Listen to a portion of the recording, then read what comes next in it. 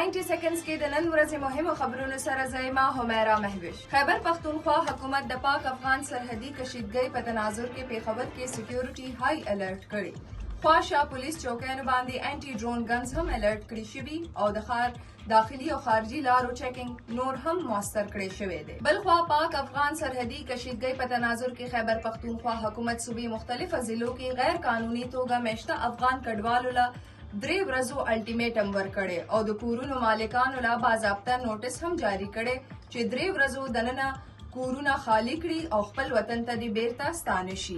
ملک کې په غیر قانوني توګه میشته افغان کډوالو خلاف آپریشن جاری دی. پنډۍ کې په غیر قانوني توګه میشته 40 افغان کډوال گرفتار کړي شوي دي.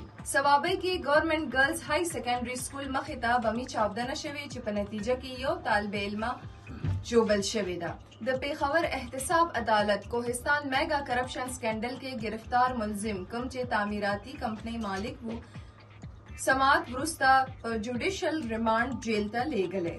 پیښور سیشن کورټ منشیاتو مقدمه کې مال بدلون او غبن کیس کې نامزد 2 پولیس اهلکارو ته 15 کاله قید سزا اورولې او 15 لک روپۍ جرمانه هم لګولې ده.